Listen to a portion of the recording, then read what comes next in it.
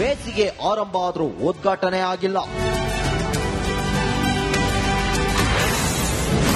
ಹೊಸ ಅಗ್ನಿಶಾಮಕ ಠಾಣೆ ಕಟ್ಟಡ ವೇಸ್ಟು.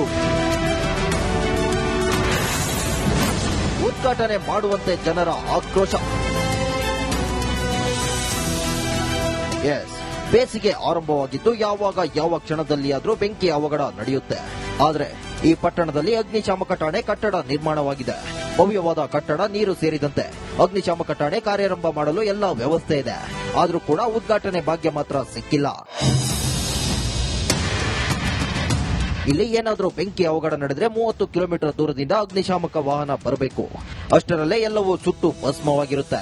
ಹೀಗಾಗಿ ಅಗ್ನಿಶಾಮಕ ಕಟ್ಟಡ ಉದ್ಘಾಟನೆ ಮಾಡಿ ಜನರಿಗೆ ಅನುಕೂಲ ಮಾಡಿಕೊಡಬೇಕು ಅಂತ ಈ ಭಾಗದ ಜನರು ಒತ್ತಾಯ ಮಾಡುತ್ತಿದ್ದಾರೆ. ಅಷ್ಟಕ್ಕೂ ಈ ದೃಶ್ಯ ಕಂಡು ಬಂದಿದ್ದು ಗದಗ ಜಿಲ್ಲೆಯ ಗಜೇಂದ್ರಗಡ ಪಟ್ಟಣದಲ್ಲಿ. ಅಂದಹಾಗೆ ಗಜೇಂದ್ರಗಡ ಪಟ್ಟಣ ಸೇರಿದಂತೆ ತಾಲೂಕಿನ ಎಲ್ಲೇ ಬೆಂಕಿ ಅವಘಡ ನಡೆದ್ರು ರೋಣ ಪಟ್ಟಣದಿಂದ ಅಗ್ನಿಶಾಮಕ ವಾಹನ ಬರಬೇಕು.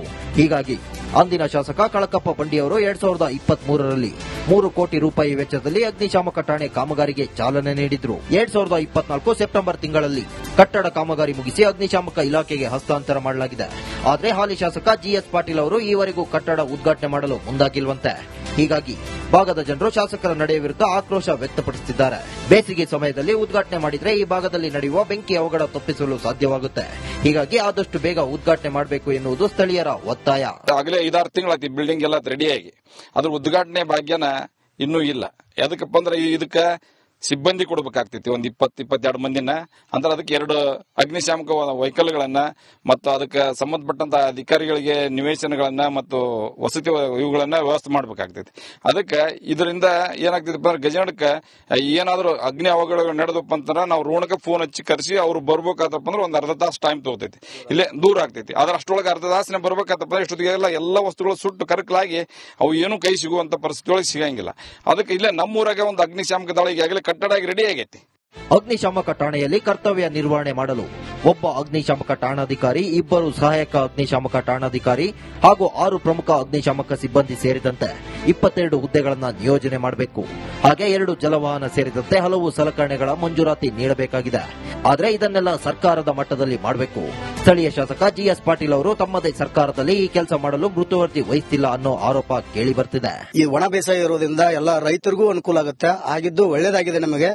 ಆದರೆ ಇದನ್ನ ಅತಿ ಶೀಘ್ರವಾಗಿ ಚಾಲನೆ ನೀಡಬೇಕು ಅಂತಂದು ಮಾನ್ಯ ಶಾಸಕರಲ್ಲಿ ಇನ್ನು ಮತ್ತೆ ಮತ್ತೆ ಒತ್ತಿ ಹೇಳ್ತೇವೆ. ಯಾಕಂದ್ರೆ ಶಾಸಕರು ಕೂಡ ಅಭಿವೃದ್ಧಿ ಅಧಿಕಾರ ಇದ್ದಾರೆ.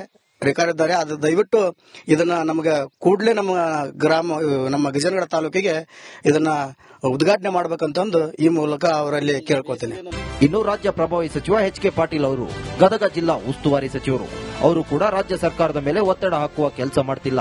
ಹೀಗಾಗಿ 6-7 ತಿಂಗಳಿಂದ ಉದ್ಘಾಟನೆ ಭಾಗ್ಯ ಸಿಗ್ತಿಲ್ಲ ಅಂತ ಜನರು ಆಕ್ರೋಶ ವ್ಯಕ್ತಪಡಿಸುತ್ತಿದ್ದಾರೆ.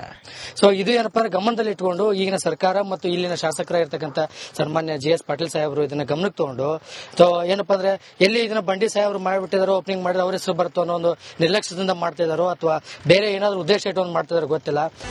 ಸೂಪರ್ 3ಯಲ್ಲಿ ವರದಿ ಪ್ರಸಾರ ಆದ್ಮೇಲಾದ್ರೂ ಸಂಬಂಧಪಟ್ಟ ಅಧಿಕಾರಿಗಳು, ಜನಪ್ರತಿನಿಧಿಗಳು ಎಚ್ಚೆತ್ತುಕೊಳ್ತಾರ ಅಂತ ಕಾದು ನೋಡಬೇಕಾಗಿದೆ. ಮಂಜು ಪತ್ತಾರ, ರಿಪಬ್ಲಿಕ್ ಕನ್ನಡ, ಗದಗ. ಓಕೆ, ಇದನ್ನ ನಾನು ರಾಜಕೀಯ ಏನು ಬ್ಲಾಕ್ ಮೇಲ್ ತರ ತಗೊಳಕ್ ಇಷ್ಟಪಡೋದಿಲ್ಲ. ಕಳಕಪ್ಪ ಬಂಡಿ ಅವರು ಏನು 3 ಕೋಟಿ ರೂಪಾಯಿ ವೆಚ್ಚದಲ್ಲಿ ಕಾಮಗಾರಿಗೆ ಚಾಲನೆ ಕೊಟ್ಟರು. ಆಮೇಲೆ ನಂತರ ಜಿಎಸ್ ಪಾಟೀಲ್ರು ನೋಡಿ, ಈಗ ಕಳಕಪ್ಪ ಬಂಡಿ ಅವರಿಗೆ MLA ಆಗಿಲ್ಲ, ಜಿಎಸ್ ಪಾಟೀಲ್ ಅವರು ಇದ್ದಾರೆ. ಸೊ ಹಾಗಿರುವಾಗ ಈಗ ಯಾರು ಮಾಡಿದ್ರು ಮಾಡಿಲ್ಲ ಮತ್ತೊಂದು ನಿಮಗೆ ಓಟ್ ಹಾಕುವಂತದನ್ನ ಜನ ಹಾಕ್ತಾರೆ. ಕೇವಲ ಇದನ್ನು ನೋಡಿ ಓಟ್ ಹಾಕ್ತಾರೆ ಅಂತಲ್ಲ. ಹಾಲಿ ಶಾಸಕರು ಇರಲಿ, ಮಾಜಿ ಶಾಸಕರನ್ನು ಕರೀರಿ, ಒಂದು ಒಳ್ಳೆ ರೀತಿಯಲ್ಲಿ ವ್ಯವಹಾರಗಳಾಗಲಿ. ಈಗ ನಾನು ಮೊನ್ನೆ ಒಂದು ಮಾತನ್ನು ಹೇಳ್ತಾ ಇದ್ದೆ, ಯಾವುದು ಉತ್ತರ ಪ್ರದೇಶದ ಕುಂಭಮೇಳದ ಬಗ್ಗೆ ಟೀಕೆ ಟಿಪ್ಪಣಿಗಿಂತ ಹೆಚ್ಚಾಗಿ ಡಿ.ಕೆ. ಶಿವಕುಮಾರ್ ಅವರು ಒಂದು ಪತ್ರ ಬರೀತಾರೆ. ಬಹಳ ಅದ್ಭುತವಾಗಿತ್ತು ಕಾರ್ಯಕ್ರಮ ಅಂತೇಳಿ. ಅಂದ್ರೆ ನೀವೇನೇ ಟೀಕೆ ಮಾಡಿ, ಇಷ್ಟು ಕೋಟಿ ಬಂದಿದ್ರಂತೆ, ಇಷ್ಟು ಕೋಟಿ ಬರಲಿಲ್ವಂತೆ, ಮತ್ತೊಂದು ಏನೋ ಒಂದು ದೊಡ್ಡ ಮಟ್ಟದ ಕೋಟ್ಯಾಂತರ ಜನ ಬಂದರೂ ನಿಜ ತಾನೆ 45 ದಿನಗಳ ಕಾಲ. ಅದನ್ನ ಮ್ಯಾನೇಜ್ ಮಾಡಬೇಕು ಅಂತಂದ್ರೆ ಒಬ್ಬನಿಗೆ ಒಂದು ಪ್ಲಾನ್ ಆಫ್ ಆಕ್ಷನ್ ಇರಬೇಕು ತಾನೆ. ನೀವೇ ಆಲೋಚನೆ ಮಾಡಿ, ನಿಮ್ಮ ಮನೆಯ ಫಂಕ್ಷನ್ಗೆ ಒಂದು 5,000 ಜನ ಬರ್ತಾರೆ ಅಂತ ಹೇಳಿದಾಗ ಕೈಕಾಲು ನಡ್ಗೋಗುತ್ತಾ ಇಲ್ಲೋ? ಫಸ್ಟ್ ಆಫ್ ಆಲ್ 5,000 ಜನರನ್ನು ಕರೆಯೋದು ಇಲ್ಲ ನಾವು. 200-300 ಜನ ಬಂದ್ರೇನೆ ಅವರಿಗೆ ಊಟ ಆಯ್ತಾ, ತಿಂಡಿ ಆಯ್ತಾ, ಕೊಡೋದನ್ನ ಕೊಟ್ಟುವ ಇಲ್ವಾ ಅದೆಲ್ಲ ನಾವು ಟೆನ್ಷನ್ ಮಾಡ್ಕೊಂಡಿರ್ತೀವಿ. ಅಂತನಲ್ಲಿ ಇಷ್ಟು ದೊಡ್ಡ ಕಾರ್ಯಕ್ರಮಗಳಾದಾಗ ಪಕ್ಷ ಭೇದ ಮರೆತು ನಮ್ಮ ಭಾರತ ದೇಶದಲ್ಲಿ ಆಗ್ತಾ ಇದೆ ಅನ್ನೋದನ್ನು ಖುಷಿ ಪಡಬೇಕು. ಹಾಗೇನೆ ಈ ಅಗ್ನಿಶಾಮಕ ದಳ ಏನು ಅಗ್ನಿಶಾಮಕ ಠಾಣೆ ಏನಿದೆ ಅದು ಯಾರಿಗಾಗಿರುವಂತದ್ದು? ಅದು ಕಳಕಪ್ಪ ಬಂಡಿ ಅವರಿಗೆ ಓಟ್ ಹಾಕಿದವ್ರಿಗೂ ಇದೆ, ಆಮೇಲೆ GS ಪಾಟೀಲ್ ಅವ್ರಿಗೆ ಓಟ್ ಹಾಕಿದವ್ರಿಗೂ ಇದೆ. ನಾಳೆ ಆ ಓಟುಗಳು ಆ ಕಡೆ ಈ ಕಡೆ ಚೇಂಜ್ ಆಗಬಹುದು. ನಿಮ್ಮ ಊರಿಗೆ ಬಂದಿರುವಂತದ್ದನ್ನ ನೀವೇ ಇಷ್ಟಪಡದೇ ಇದ್ರೆ, ಕೂತು ಮಾತಾಡದೇ ಇದ್ರೆ, ಅದನ್ನ ಸಮಸ್ಯೆಯನ್ನು ಬಗೆಹರಿಸದೇ ಇದ್ರೆ ಯಾರಿಗ್ ನಷ್ಟ? ನೀವೇನಂದ್ಕೊಂಡಿದ್ರಿ? ನೀವು ಎಲ್ಲರ ಮುಂದೆ ಇದನ್ನ ಓಪನಿಂಗ್ ಮಾಡಿದ ತಕ್ಷಣ ಅವರಿಗೆ ಓಟ್ ಕಡಿಮೆ ಆಗುತ್ತೆ, ಇವರಿಗೆ ಓಟ್ ಜಾಸ್ತಿ ಆಗತ್ತೆ ಅಂತಿಲ್ಲ. ನೀವು ಯಾವ ರೀತಿ ಬಿಹೇವ್ ಮಾಡ್ತೀರ ಅನ್ನೋದು ಮುಖ್ಯ. GS ಪಾಟೀಲ್ ಕೂಡ ಇವತ್ತೊಂದು ಅಗ್ನಿಶಾಮಕ ಠಾಣೆ ಆಗಿದೆ, ಇದಕ್ಕೆ ಕಳಕಪ್ಪ ಬಂಡಿಯವರು ಕೂಡ ತುಂಬಾ ಪ್ರಯತ್ನ ಪಟ್ಟಿದ್ದಾರೆ ಅಂತ ಒಂದು ಮಾತು ಹೇಳಿದ್ರೆ ನನ್ನಂತವ್ರು GS ಪಾಟೀಲ್ಗೆ ಜೈ ಅನ್ಬಹುದು.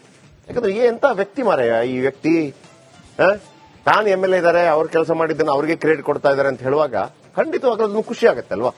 ಸೊ ಹಾಗಾಗಿ ಕೆಲವು ದೃಶ್ಯಾವಳಿ ತೋರಿಸ್ತೀವಿ ನೋಡಿ. 3 ಕೋಟಿ ವೆಚ್ಚ ರೂಪಾಯಿದಲ್ಲಿ ಎಷ್ಟು ಅದ್ಭುತವಾಗಿ ಕಟ್ಟಿದ್ದಾರೆ. 30 ಕಿಲೋಮೀಟರ್ ಹೋಗ್ಬೇಕಿಲ್ಲ ಅಂತಂದ್ರೆ ರೋಣದಿಂದ ಬರಬೇಕಷ್ಟೇ. ನೀವು ಅದಕ್ಕಿಂತ ಮೊದಲೇ ಮಾಡ್ಕೊಂಡ್ಬಿಟ್ರೆ ಒಳ್ಳೇದು ಅಂತ. ಯಾವುದು ಕಾಮಗಾರಿ ಮುಗಿದು 6 ತಿಂಗಳಾಗಿದೆ, ಉದ್ಘಾಟನೆ ಆಗಿಲ್ಲ ಅಗ್ನಿಶಾಮಕ ಠಾಣೆ. ಗದಗ ಜಿಲ್ಲೆ ಗಜೇಂದ್ರಗಢದಲ್ಲಿರುವ ಹೊಸ ಅಗ್ನಿಶಾಮಕ ಠಾಣೆ, 3 ಕೋಟಿ ವೆಚ್ಚದಲ್ಲಿ ನಿರ್ಮಾಣವಾಗಿರುವ ಅಗ್ನಿಶಾಮಕ ಠಾಣೆ 2024 ಸೆಪ್ಟೆಂಬರ್ನಲ್ಲಿ ಕಾಮಗಾರಿ ಮುಗಿದಿದೆ. ನೀರು ಸೇರಿದಂತೆ ಎಲ್ಲಾ ಸೌಲಭ್ಯಗಳನ್ನು ಒಳಗೊಂಡಿದೆ. ಆದರೆ ಬೆಂಕಿ ಅವಘಡ ನಡೆದರೆ ರೋಣದಿಂದ 30 ಕಿಲೋಮೀಟರ್ ಬರಬೇಕಾಗಿತ್ತು. ಗಜೇಂದ್ರಗಢ ಸುತ್ತಮುತ್ತ ಬೆಂಕಿ ಅವಘಡ ನಡೆದರೆ ಅಧೋಗತಿ. ಬೇಸಿಗೆ ಸಮಯದಲ್ಲಿ ಉದ್ಘಾಟನೆ ಮಾಡುವಂತೆ ರೈತರು ಆಗ್ರಹಿಸಿದ್ದಾರೆ. ಬೆಳೆ ಗಿಳೆ ಎಲ್ಲದಕ್ಕೂ ಬರುತ್ತೆ ಒಂದು. ಆಮೇಲೆ 22 ಜನರಿಗೆ ಕೆಲಸ ಸಿಗುತ್ತೆ ಇಲ್ಲಿ, ಅದನ್ನ ಮಾಡಬೇಕು. ಕರ್ತವ್ಯ ನಿರ್ವಹಣೆ ಮಾಡಲು ಒಬ್ಬ ಅಗ್ನಿಶಾಮಕ ಠಾಣಾಧಿಕಾರಿ ಬೇಕು, 2 ಸಹಾಯಕ ಅಗ್ನಿಶಾಮಕ ಠಾಣಾಧಿಕಾರಿ ಬೇಕು, 6 ಪ್ರಮುಖ ಅಗ್ನಿಶಾಮಕ ಸಿಬ್ಬಂದಿ ಸೇರಿದಂತೆ 22 ಹುದ್ದೆಗಳನ್ನು ನಿಯೋಜನೆ ಮಾಡಬೇಕು. ಹಾಗೆ 2 ಜಲವಾಹನ ಸೇರಿದಂತೆ ಹಲವು ಸಲಕರಣೆಗಳ ಮಂಜೂರಾತಿ ಮಾಡಬೇಕಾಗಿದೆ. ಸರ್ಕಾರದ ಮಟ್ಟದಲ್ಲಿ ಇದನ್ನು ಮಾಡಬೇಕು. GS ಪಾಟೀಲ್ ಪ್ರಯತ್ನ ಪಟ್ಟರೆ ಆಗತ್ತೆ. ಆಮೇಲೆ ನಿಮ್ಮದೇ ಸರ್ಕಾರ ಇದೆ. ಆಮೇಲೆ HK ಪಾಟೀಲ್ ಇದ್ದಾರೆ. HK ಪಾಟೀಲ್ ಮನಸ್ಸು ಮಾಡಿದ್ರೆ 2 ನಿಮಿಷ ಕೆಲಸ ರೀ. HK ಪಾಟೀಲ್ ಕಾರ್ಯವೈಖರಿ ನಾನು ನೋಡಿದ್ದೀನಿ ಹೇಗಿದೆ ಅಂತ ಅಂದ್ಬಿಟ್ಟು. ಅವ್ರದ್ದು ಯಾವತ್ತೂ ಕೂಡ ಜನಪರವಾದಂತಹ ಕೆಲಸಗಳಿದೆ. ನೀವು ಬಿಜೆಪಿ ಕಾಂಗ್ರೆಸ್ ಯಾರನ್ನು ಬೇಕಿದ್ರೆ ಇಟ್ಕೊಳ್ಳಿ, ನನಗೆ ಅದು ಪ್ರಶ್ನೆ ಅಲ್ಲ. ಅಲ್ಲಿ ಉದ್ಘಾಟನೆ ಆಯ್ತಾ ಇಲ್ವಾ ಅಂತ ಹೇಳಿ ಬನ್ನಿ. ಇದಕ್ಕೆ ಸಂಬಂಧಪಟ್ಟವರ ಕೆಲವು ಫೋಟೋ ತೋರಿಸ್ತೀನಿ. ಯಾರಿವರು? ಕಿರಣ್ ಕುಮಾರ್, ತಹಶೀಲ್ದಾರರು. ನಿಮ್ಮ ವ್ಯಾಪ್ತಿಗೆ ಇದು ಬರುತ್ತೋ ಬರೋದಿಲ್ಲೋ ಆದರೆ ಒಂದಂತೂ ಬಹಳ ಸ್ಪಷ್ಟ, ನೀವು ಇದರ ಬಗ್ಗೆ ಇನ್ವಾಲ್ವ್ ಆಗಬೇಕು. ಅಂಡ್ CN ಶ್ರೀಧರ್ ಸಾಹೇಬರು ಜಿಲ್ಲಾಧಿಕಾರಿಗಳೇ ನೋಡಿ. 3 ವರ್ಷ ಆಯ್ತು, 3 ಕೋಟಿ ವೆಚ್ಚದಲ್ಲಿ 6 ತಿಂಗಳಾಯ್ತು. ಇದು ಉದ್ಘಾಟನೆ ಆಗದೆ ಇದ್ರೆ ಮತ್ತೆಲ್ಲ ಹಳೆಯಾದ ನಂತರ ಮತ್ತೆ ಜಾಸ್ತಿ ಕೊಡಬೇಕಾಗತ್ತೆ. GS ಪಾಟೀಲ್ರು ರೋಣ ಶಾಸಕರು. ಪಾಟೀಲ್ರೆ ನಿಮ್ಮ ಕಾಲದಲ್ಲಿ ಆಗಲಿ ಅಲ್ವಾ? ಉದ್ಘಾಟನೆಗೂ ಆಗಿದೆ, ಅವರು ಪ್ರಯತ್ನ ಪಟ್ಟಿರಬಹುದು. ಡಾಕ್ಟರ್ G ಪರಮೇಶ್ವರ್ ಅವರ ಗೃಹ ಸಚಿವರೇ ನೋಡಿ, ಒಂದು ಫುಲ್ ರೆಡಿ ಇದೆ. HK ಪಾಟೀಲ್ ಉಸ್ತುವಾರಿ ಸಚಿವರು.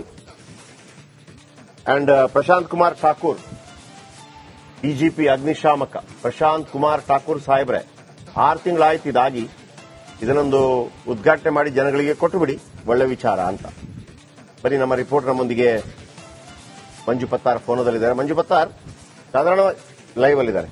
ಮಂಜು ಪತ್ತಾರ್, ಇಂಥ ಸುದ್ದಿ ಮಾಡುವಾಗ ಸಮಟೈಮ್ಸ್ ಏನಾಗುತ್ತೆ, ಪಕ್ಷಗಳ ವಿಚಾರ ಬರುತ್ತೆ. ಅವರೊಂದು ಕಂಪ್ಲೇಂಟ್ ಮಾಡಿದ್ರೆ ನೋಡಿ ಸರ್ ಇವರು ಮಾಡಿಲ್ಲ, ಇವರೊಂದು ಕಂಪ್ಲೇಂಟ್ ಅವರೊಂದು ಮಾಡಿಲ್ಲ ಅಂತೇಳಿ. ರಿಯಲಿ ಕಳಕಪ್ಪ ಬಂಡಿ ಅವರು